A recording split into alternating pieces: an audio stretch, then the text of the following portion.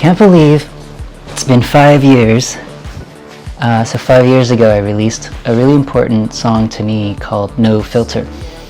And it's important because it was the first time I felt stylistically really comfortable with just going with my electronic pop music production skills and not trying too hard to do other stuff.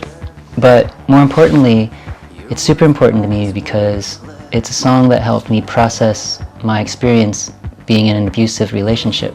Trigger warning for anyone who does not want to hear about domestic abuse, you can skip this one. So No Filter, since then, a few people have reached out and said, hey, what are those lyrics about?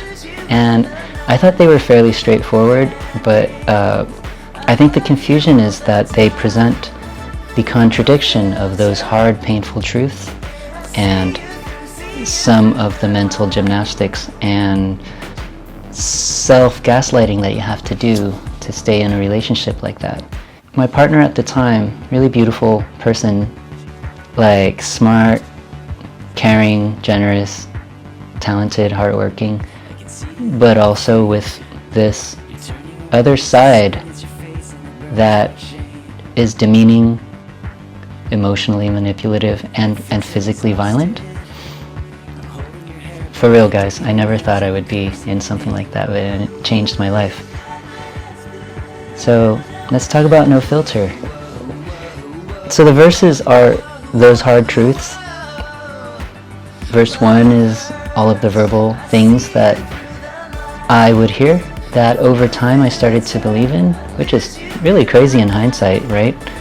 Verse 2 are all of the actions that I experienced that were really difficult at the time, but I find a lot of ways to excuse them or justify them or convince myself that I should stick with it because I'm a good partner and whatever.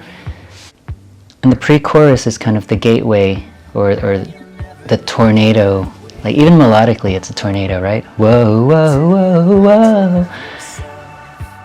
Love hurts.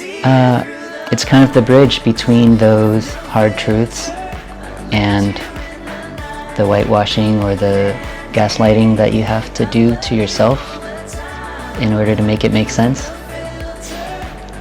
I think the chorus is the most important thing that I experienced during that time, and I can only see this in hindsight, which is those words are some of the things that I told myself during that time.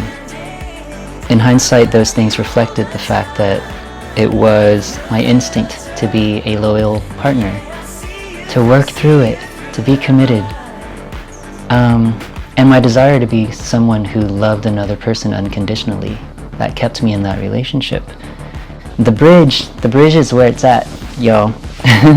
The bridge is the most important thing I learned from that experience, which is I learned to love people on a much deeper level than just friends or a partner or a family. I learned to love people the way I love myself. That helped me understand that I can love someone and not have them in my life. I still love you, but you don't have to be there causing all of this destructive things in my life. And I think that it's really liberating and really empowering to realize that. So that's No Filter. If you haven't heard it, just search for BAO No Filter. If you have, take another listen and let me know what you think. 5-year anniversary.